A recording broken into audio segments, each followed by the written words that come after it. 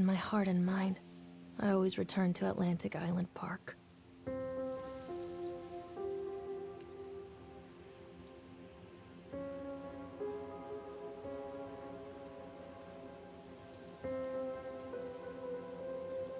Where's Mr. Bear? I haven't seen Mr. Bear, Callum.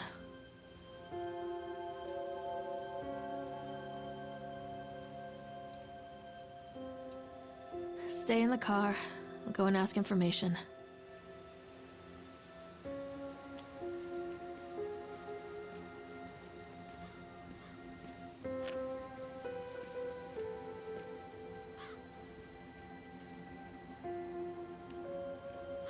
Attention, patrons. The park is now closed. Please make your way to the car park at your earliest convenience. Employees, prepare the park for shutdown. Callum was born the day this place opened. This is his favorite place in the world.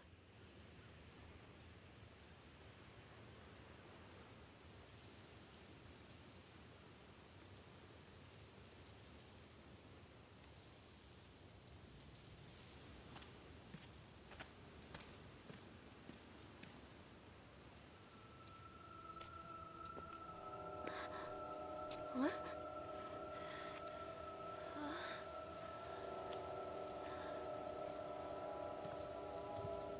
Hey, Lorraine. Lorraine. Don't blame yourself, Lorraine. People lose things all the time. Take a deep breath and think about the last place you saw your son's teddy bear. Hey, stop!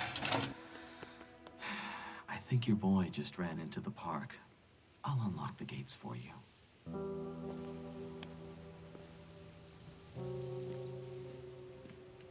Wait up there for Mommy, Callum!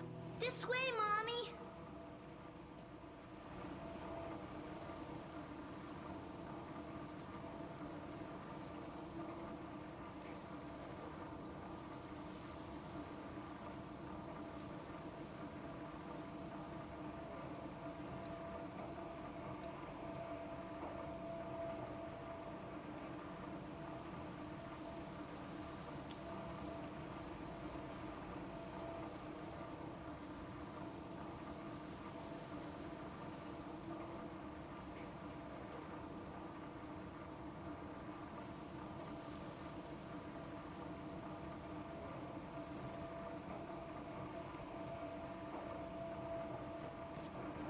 Wait up there for Mommy, Callum! Come on, Mommy! Wait for Mommy, Callum! Over There's something here. special about the entrance to an amusement park. A line drawn between the real world and the world of whimsy within. On this side, the apathy of our everyday lives. And on the other, anything we might dare to dream. It's no wonder Callum ran back inside. I wouldn't want to leave either. Attention, employees. The park is now closed. Have a safe journey home.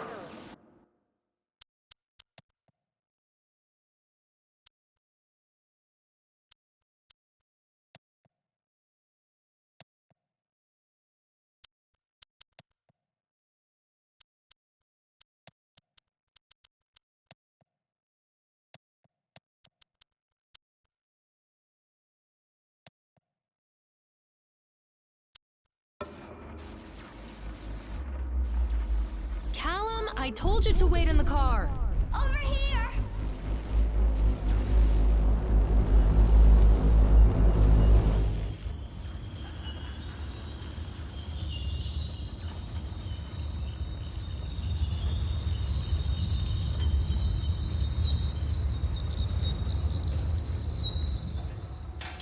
Oh God. The park. What happened here? Wait, Callum! You can't catch me.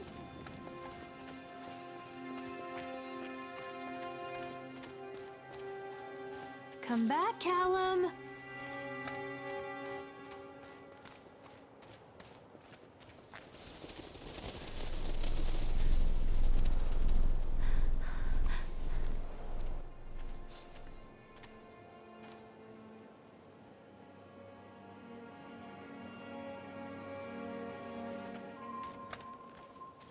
Where are you? Over here.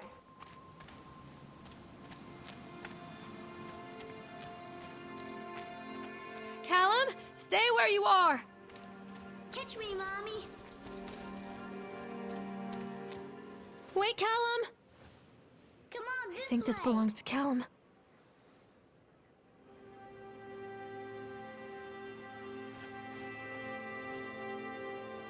Chad the Chipmunk, huh? Just a drunk guy in a suit.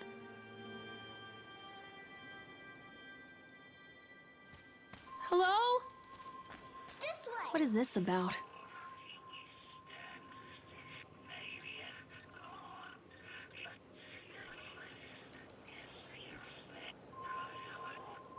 Stop, Callum! Over here. Callum? This way, Mommy.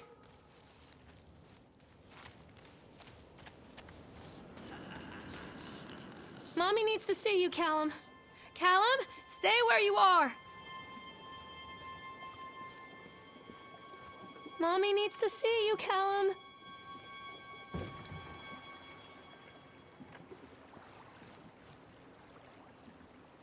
Come on, Mommy. Come out, sweetie. I'm not playing anymore, Callum.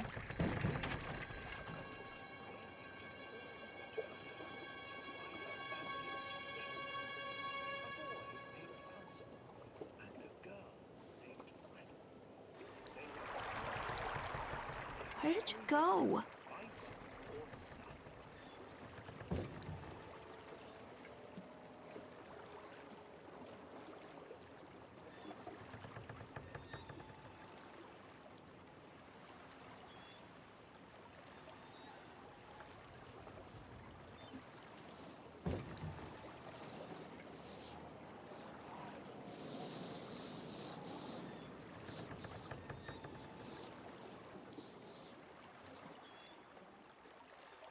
Callum, where did you go? Near a great forest, there lived a poor woodcutter, his wife and his 2 children. A boy named Hansel and a girl named Gretel. They were very poor and had very little to bite or sup.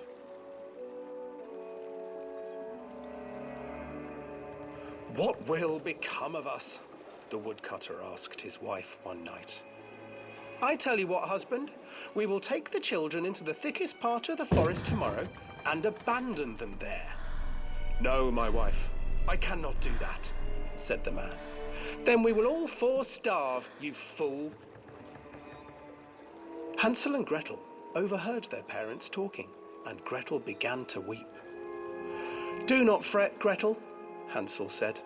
He crept out of the hut and gathered white stones from the ground to fill his pockets.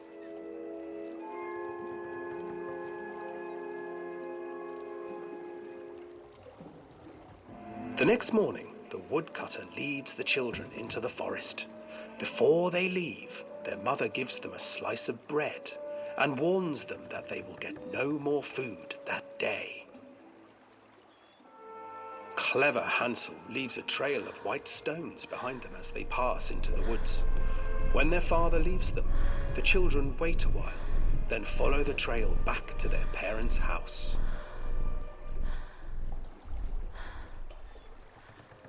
After receiving a thorough scolding from their parents for getting lost in the woods, the children are sent to bed without any supper. Hansel tried to sneak out and collect more white stones, but found that the door was locked. "Tomorrow I will take them into the woods myself," the wife told the woodcutter. In the morning, their mother gave them a slice of bread and led them deep into the forest once again.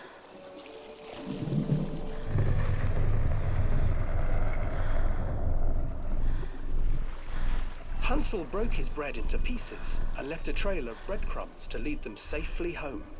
But hungry-eyed birds snatched up the breadcrumbs and his trail was destroyed. Abandoned by their parents and unable to find the trail home, the children wandered in the forest for 3 days.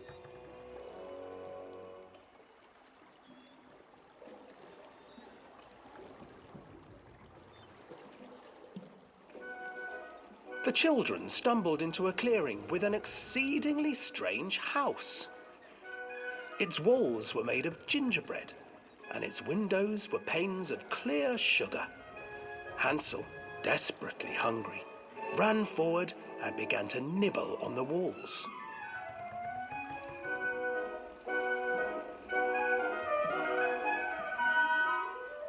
Nibble, nibble, little mouse.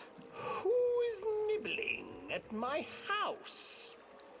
An old woman emerged from the house, sniffing the air and peering around with cloudy eyes. Oh, you dear children, who brought you here? Just come in and stay with me. No harm will come to you. But Hansel and Gretel stayed back, for the old woman reminded them of their cruel mother. Come, children, don't be afraid.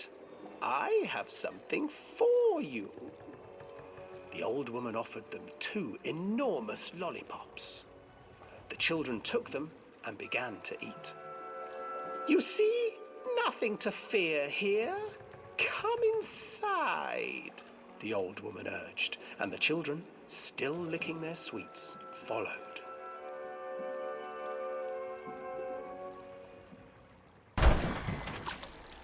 Once inside the house, the old woman changed. She stuffed Hansel into a cage and put Gretel to work, sweeping and cleaning her hut. Your brother will make a good mouthful, the old witch told Gretel. Once he is fattened up, I shall feast upon him.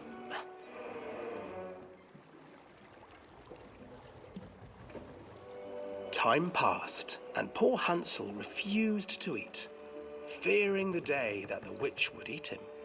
The witch, for her part, grew impatient. Today I will cook and eat your brother, Gretel. Climb inside and light the oven. But Gretel pretended not to understand. I do not know how. Where is the opening? Fool, the old witch said. The opening is here. And she moved to show Gretel. Seizing her courage, brave Gretel gave the witch a shove, and the old crone tumbled forward into the oven. Gretel slid a large iron bolt over the door to the oven. Gretel freed her brother Hansel, and together they lit a fire beneath the oven. And though she screamed and begged, the children sat by the oven until her screams had stilled, and the witch was cooked. And then, because even children can't survive on sweets, they divided up the body of the old witch and ate her.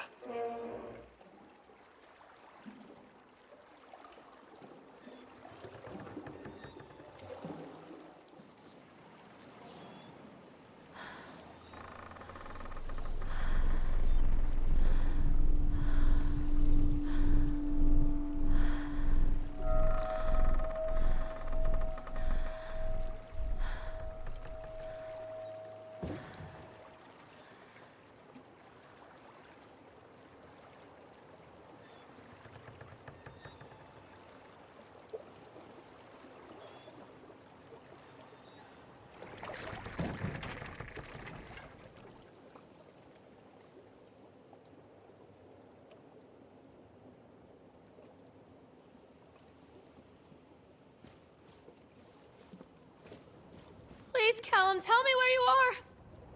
Hansel and Gretel. I used to read it to Callum when the electricity was shut off. Those poor children. The whole world against them. The forest, the birds, the old witch, even their own parents. I used to imagine that Callum and I were the kids in that story.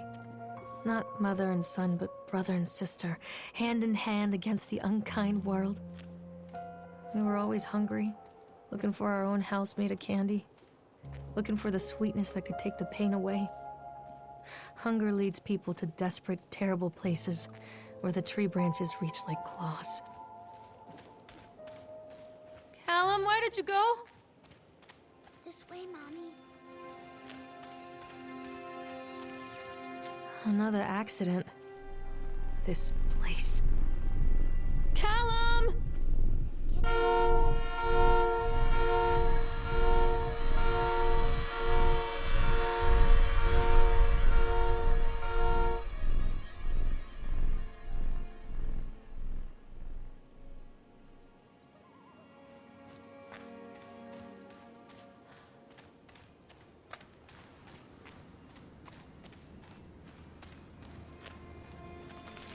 Stay where you are! Can't catch me.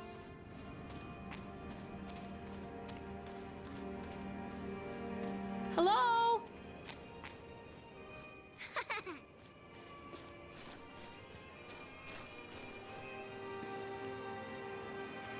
Where are you, Callum?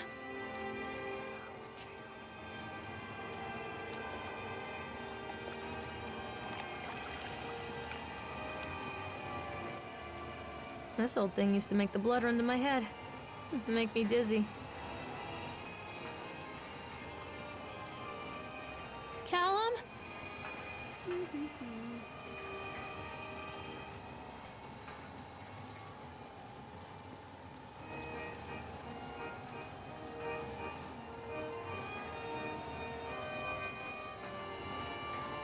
I can't get on while it's moving.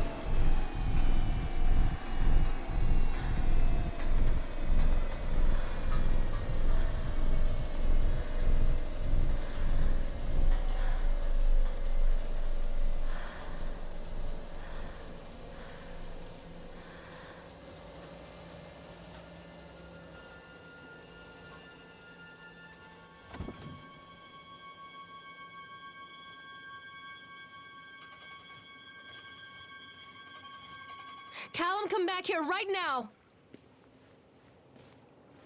Oh, I remember this.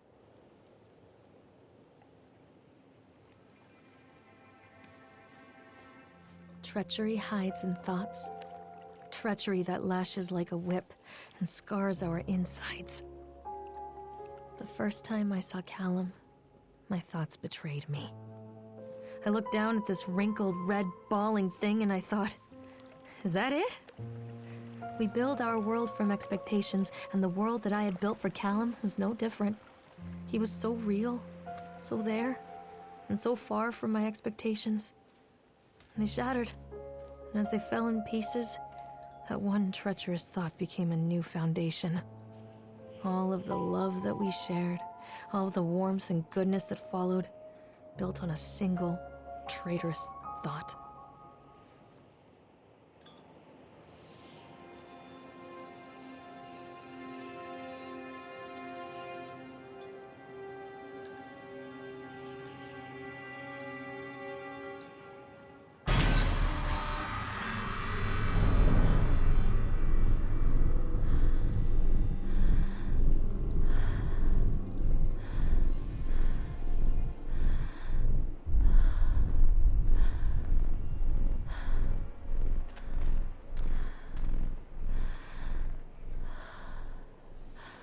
Come out, sweetie.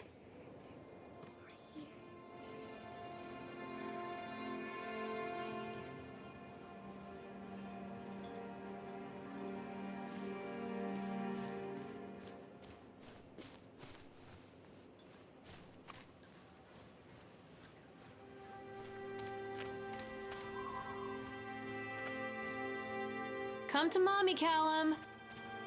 Mother Duck said quack, quack, quack, quack. Callum, tell Mommy where you are. Constant crashes and 80s music. I guess it floats someone's boat.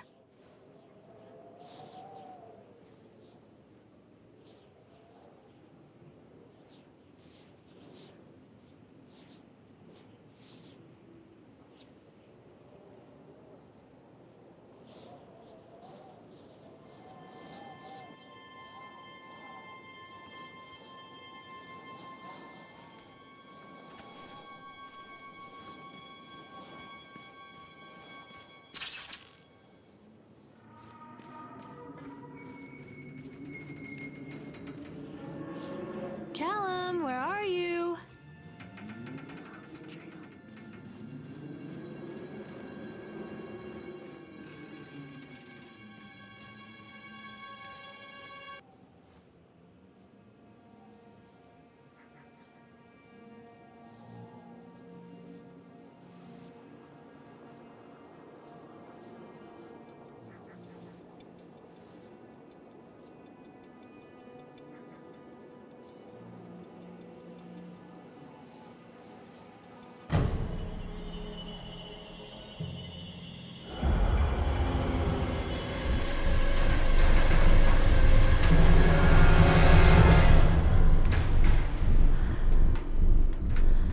Mommy is coming, Callum.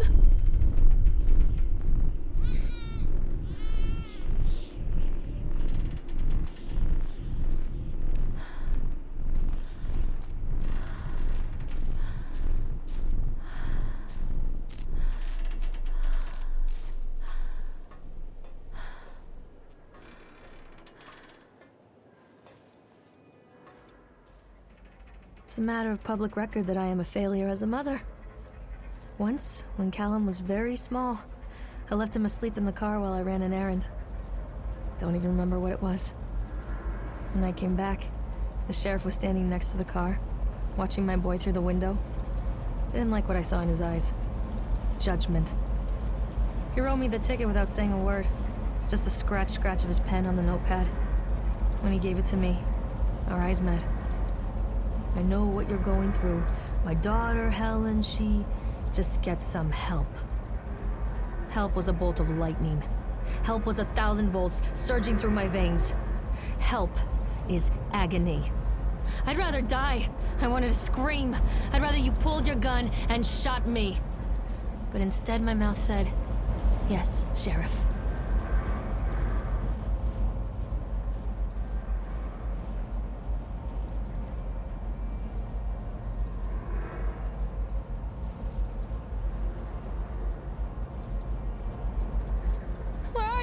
Callum!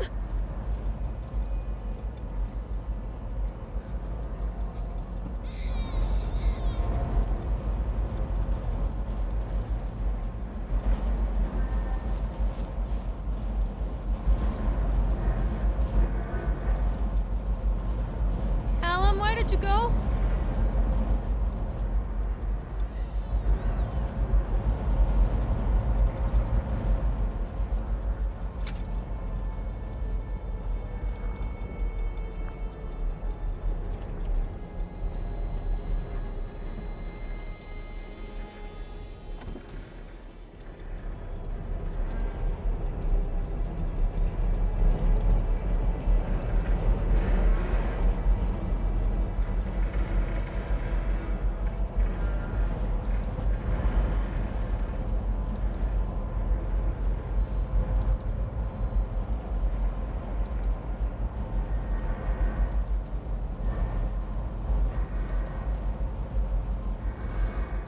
People come into your life for a reason. Dad used to say that before Mom ran off. After that, he mostly just drank. Things were different for Don and I. When we met, I was sweeping the floor at Susie's diner. He came in with some workers, but he didn't try to flirt or cop a feel like the others. He just ordered a coffee and sat there, watching me. When my shift was over, he offered to walk me home. I don't know how to describe that walk. We talked and laughed and eventually kissed. It felt like love. It felt like a fairy tale. I can't tell you if Callum was made that night or one of the ones that followed, but I think it has to be that night. That one perfect night. Dawn and I moved in together, but then, well, he died. According to the supervisor, his safety harness failed when he was working on the top of the Ferris wheel. Dawn was there one moment, and then gone. Sometimes people leave your life for no reason. I was 3 months pregnant with Callum. Fairy tale fucking over.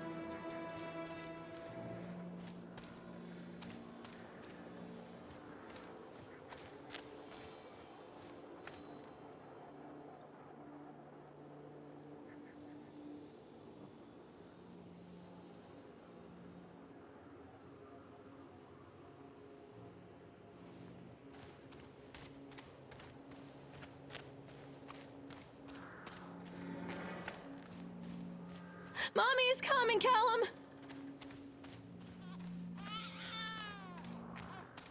Don't be afraid.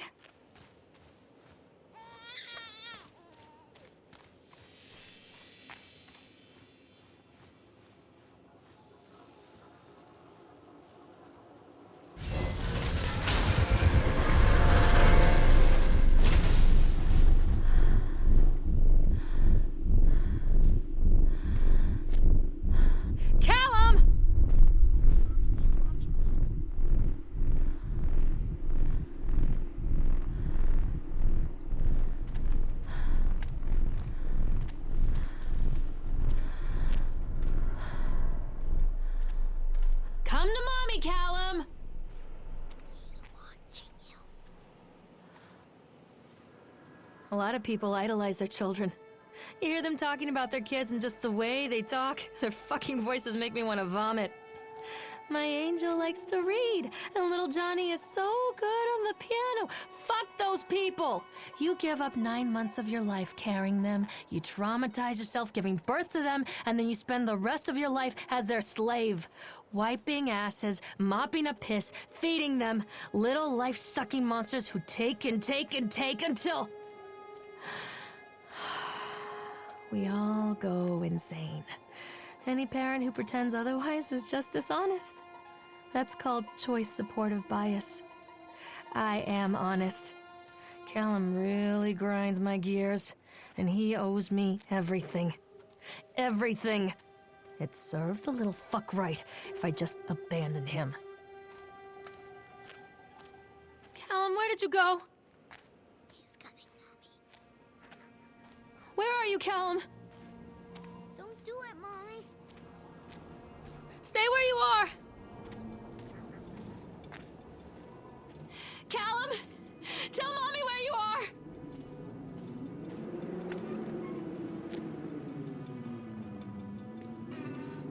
I always wanted to ride this one. Never got around to do it before. Callum? Callum!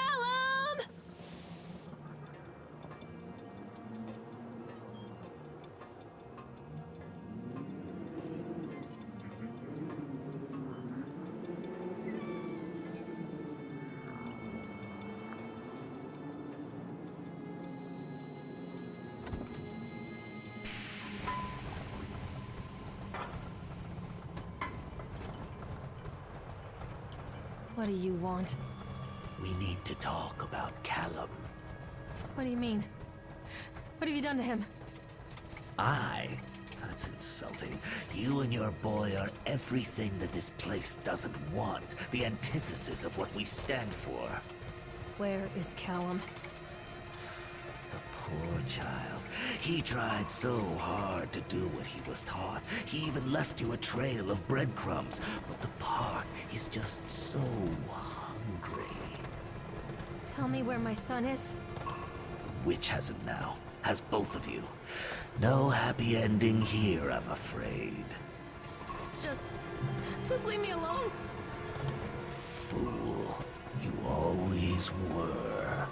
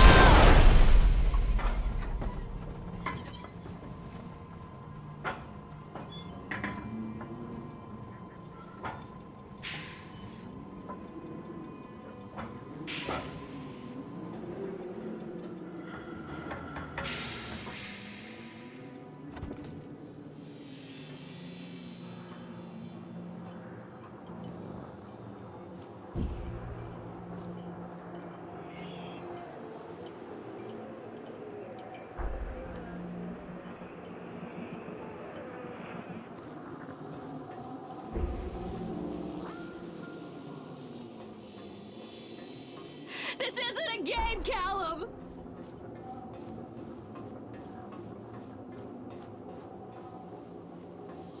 The witch awaits.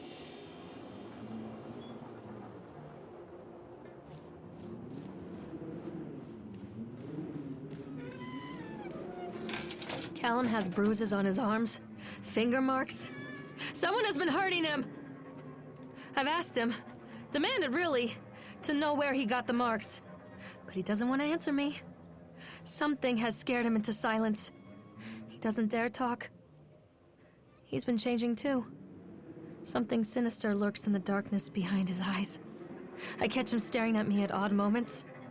In the night, he tosses and turns and cries out words that I cannot understand. When I try to soothe him, he snaps and bites at my fingers. I think he wants to talk to me. I think he wants to tell me. But they are watching him every minute of every day. They are whispering to him in his sleep, changing him. They are taking my baby away from me. I can save him. There will be pain. But I love him, and in the end, he will understand why. I'm not playing anymore, Callum! Mommy, I'm scared. Callum, where are you? Keep them away from me.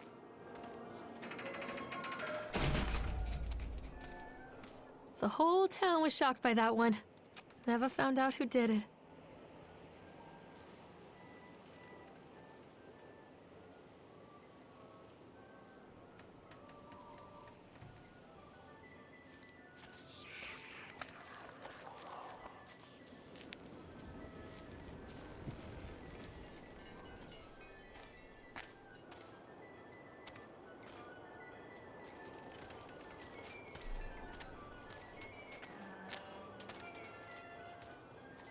I can help you, Callum.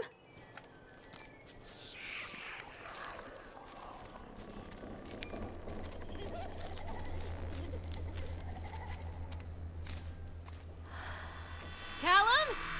Callum! Don't take me. Poor bastard. Who did this to him?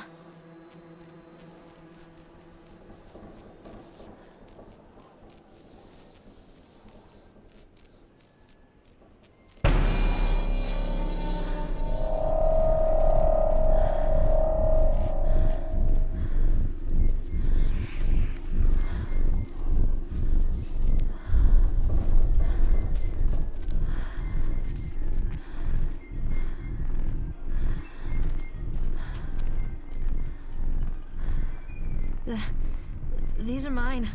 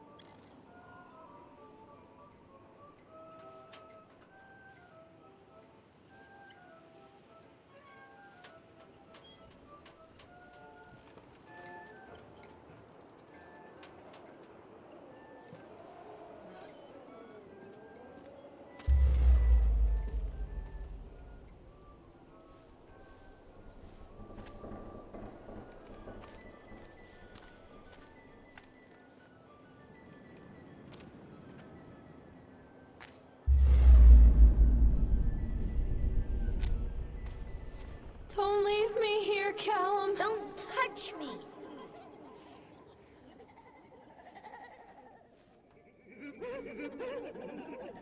Forgive me, Callum.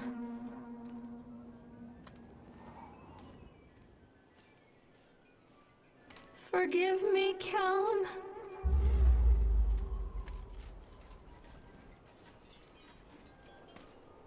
Callum, I'm sorry.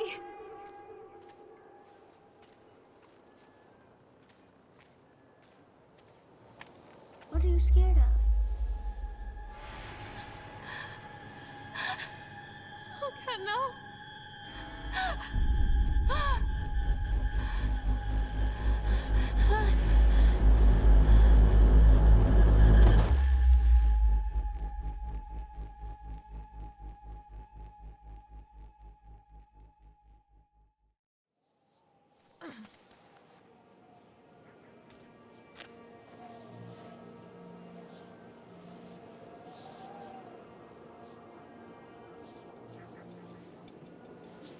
The park is a collage of contradictions all of its own. Millions of people die every year in car crashes, and the park has little cars designed specifically to simulate that action. Hear the children scream with joy. In the sideshow alley, you can walk away with 15 cents worth of mass-produced Chinese teddy bears, while a grinning carny pockets your hard-earned $5. And what secrets lie beneath the sullen waters of the lake? The tears of jilted lovers, the soiled condoms of illicit affairs, the clotted blood of the lonely suicide. And the face of the witch looms over it all. I've always despised her toothy grin and warty nose. I hate that sparkle in her weathered, watchful eyes. I think Callum is waiting for me. Inside. Come back!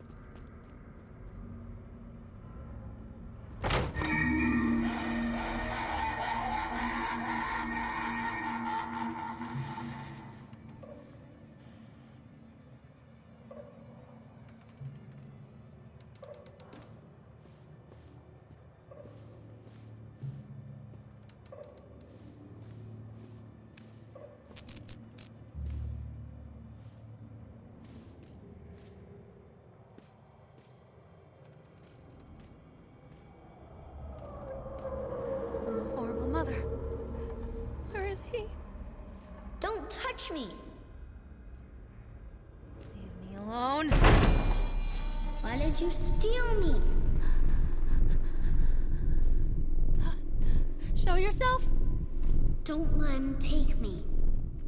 Please, don't make me see. Mommy, don't hide.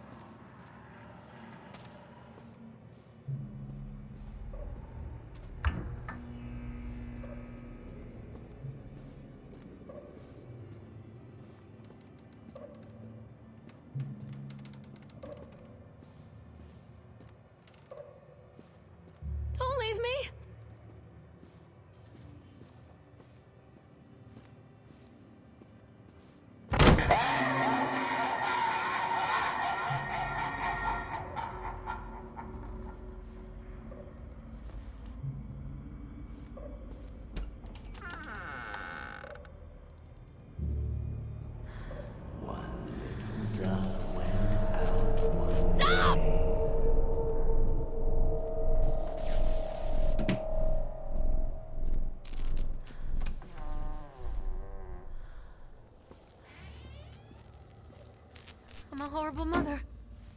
Where is he?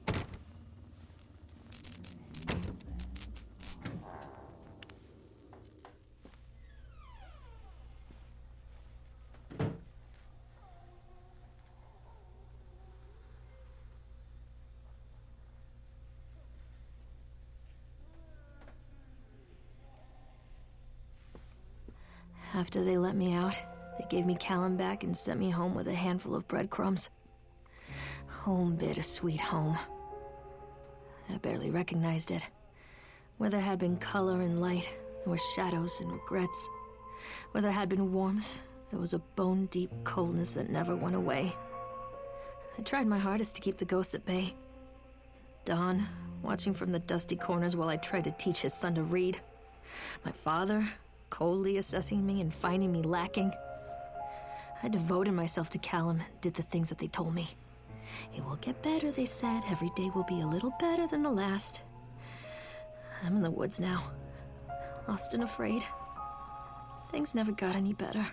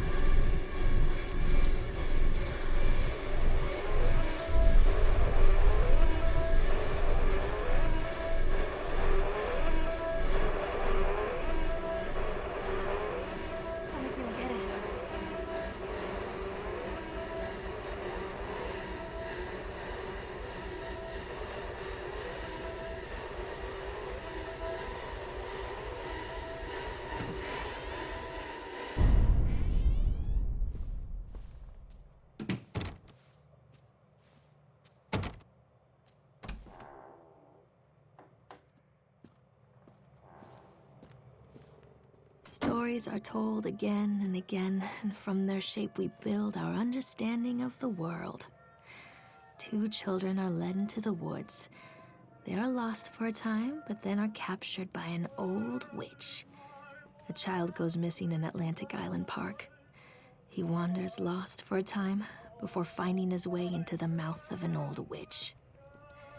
In the oldest version of this story, the mother and the witch were the same person.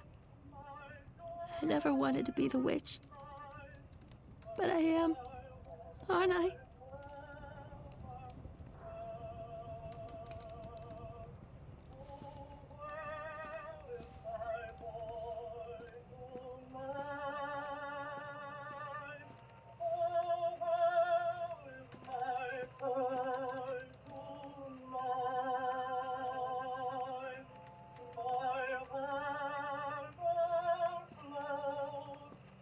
What have you done with him?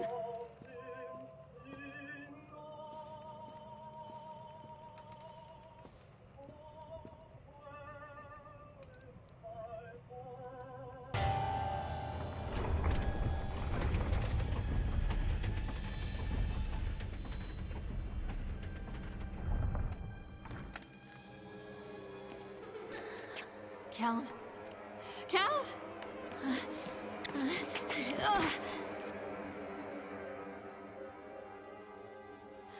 Callum? Callum? Callum!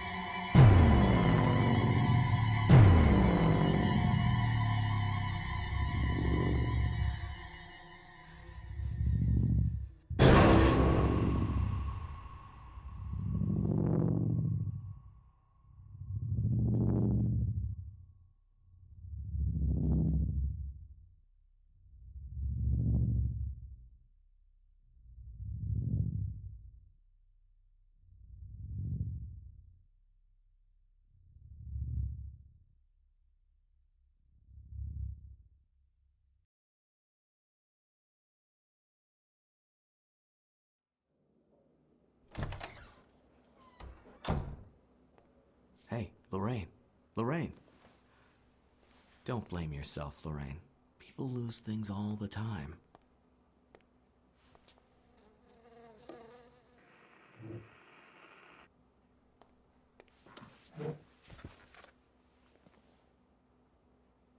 Take a deep breath and think about the last place you saw your son.